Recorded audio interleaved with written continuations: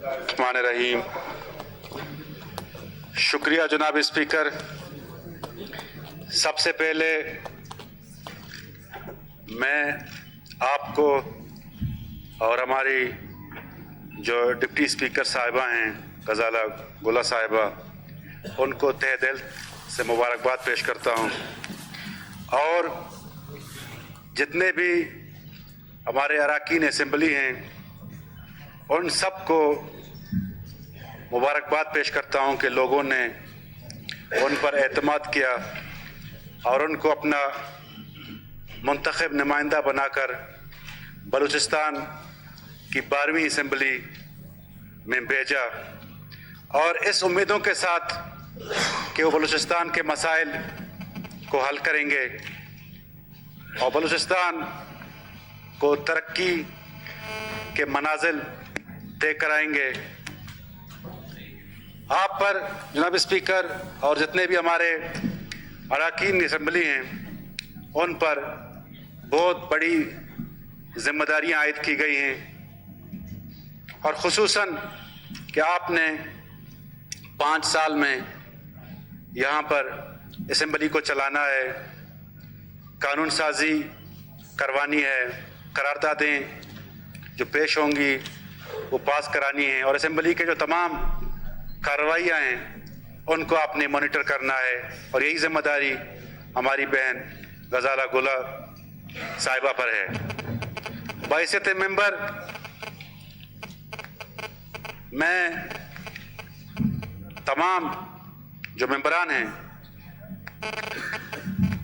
ان کو بھی مبارکباد پیش کرتا ہوں. جناب اسپیکر، ہماری پارلیمانی تاریخ میں ہمیشہ سے ایک روایت رہی ہے کہ جو لوگ منتخب ہو کر آتے ہیں تو وہ ہمیشہ یہ کہتے ہیں کہ الیکشن ٹھیک ہوئے ہیں، اور جو رہ جاتے ہیں وہ نکتہ چینی شروع کر دیتے ہیں. جناب اسپیکر، ہمیں اب اس ڈیلوژن سے نکلنا چاہیے. انتخابات چونکہ ایک آئین کا حصہ ہیں اور ملک کو چلانے کے لیے پارلیمان بہت ضروری ہے، اور پارلیمان تمام اداروں کی ماں تصور کی جاتی ہے، اور اس کو منتخب کرنے کا اختیار پاکستان کی عوام کو ہے، اور عوام نے بڑی خوش اسلوبی کے ساتھ اپنے نمائندوں کو چنا، اور جن پارٹیوں نے حصہ لیا اگر وہ رہ گئے ہیں تو ان کو مزید محنت کرنی چاہیے، مزید کوشش کرنا چاہیے، نہ کہ صرف پارلیمان کو جو ہے تنقید کا نشانہ بنائیں. آج اگر ہم اس مقام پر پہنچے ہیں تو وہ جمہوریت کی وجہ سے ہم یہاں پہ ہیں، اور جتنے بھی پولیٹیکل پارٹیز ہیں اگر ان کو کوئی مقام ملا ہے تو وہ جمہوریت ہی واحد ذریعہ تھی جو ان کو یہاں پر پہنچایا ہے. اگر آپ تاریخ دیکھیں، اگر کچھ جماعتوں کو اعتراض ہے، order in the house please, جو باقی ممبران ہیں ان پر اگر وہ اعتراض کرتے ہیں تو جناب اسپیکر تو ان پر بھی اعتراض بن سکتا ہے. شیشے کے گھر میں رہ کر کسی کو پتھر نہیں مارا جاتا. ہم جمہوری لوگ ہیں، بحیثیت ممبر پاکستان پیپلز پارٹی ہمارے لیڈر کو بھی الیکشنز میں بہت سے اعتراضات تھے، لیکن چونکہ پاکستان پیپلز پارٹی بہت پرانی جماعت ہے اور جمہوریت کے علم برداروں میں سے ایک ہے، تو انہوں نے نتائج تسلیم کر لیے. تو یہی رویہ تمام پولیٹیکل جماعتوں پر بنتا ہے کہ وہ نتائج کو تسلیم کریں. لیکن بدقسمتی یہاں پہ یہ ہے کہ لوگ الیکشن سے پہلے کچھ اور فرما رہے ہوتے ہیں، بڑے بڑے خواب دیکھ رہے ہوتے ہیں، لیکن جب ان کے خواب چکنا چور ہو جاتے ہیں تو پھر وہ سبوٹاج کرنے کی چکروں میں رہتے ہیں۔ جناب اسپیکر، اس رویے سے باہر نکلیں۔ یہ 2024 ہے، یہ 1988 نہیں ہے جہاں پر آپ کہیں کہ مجھے ووٹ نہیں خون چاہیے اور پھر اسمبلی کے ایوانوں تک پہنچیں اور نوجوانوں کو پہاڑوں کا راستہ دکھائیں۔ یہ 2024 ہے، ہمارے نوجوان بھی باشعور ہیں، ہمارے لوگ ہر چیز کا ادراک رکھتے ہیں، ان کو اچھی طرح پتہ ہے کہ کون کیا کرتا رہا ہے اور کس نے کس کو کہاں بیچا ہے۔ میں اسمبلی کی پہلی اجلاس میں تلخ باتیں نہیں کرتا، لیکن تلخ حقائق ہیں جن کو بلایا نہیں جا سکتا، جو ہماری پاکستان تاریخ میں کم ہو چکی ہیں، جو لوگوں کے ذہنوں میں انمٹ ہو چکے ہیں۔ تو آج اسمبلی پہ اعتراض اٹھانے سے پہلے بہتر یہی ہوتا کہ اپنے گریبان میں جھانک کر دیکھتے۔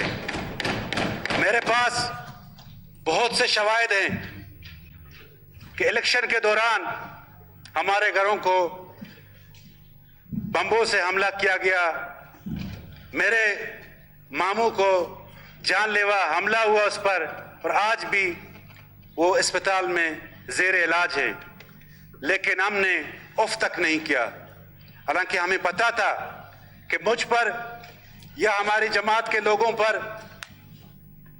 ہم حملے ہوتے رہے، ان کو ٹارگٹ کیا جاتا رہا، لیکن کچھ پولیٹیکل پارٹیز کو کھلی چھوٹ دی۔ تو کیا ہم یہ حق بجانب نہیں ہوں گے کہ ان پر اعتراض کریں کہ دہشت گردوں نے صرف ہمارا ہی گھر دیکھا تھا، ان کو آپ کا گھر نظر نہیں آیا؟ یا ہم اس کو ایک گٹھ جوڑ تصور کریں؟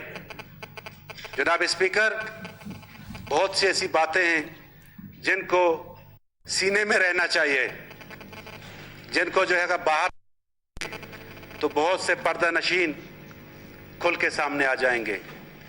اور یہ میں ضرور کہوں گا کہ اب منافقانہ اور دگلا پن کی سیاست نہیں چلے گی۔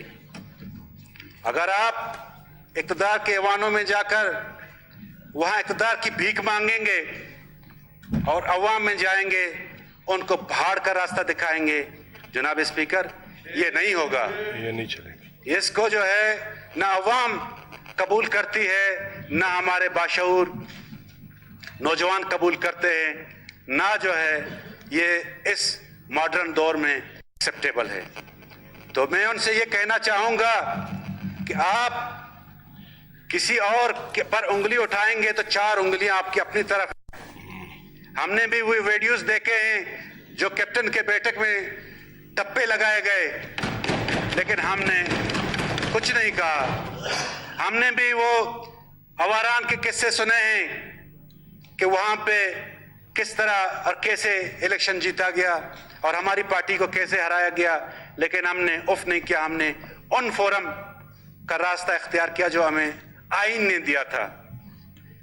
پنجگور کے قصے میر اسد نے بہتر یہاں پر بیٹھ کے بتائے کہ کیسے وہاں پہ گل کھلائے گئے اور جمہوریت کا کیسا گلا گھونٹا گیا۔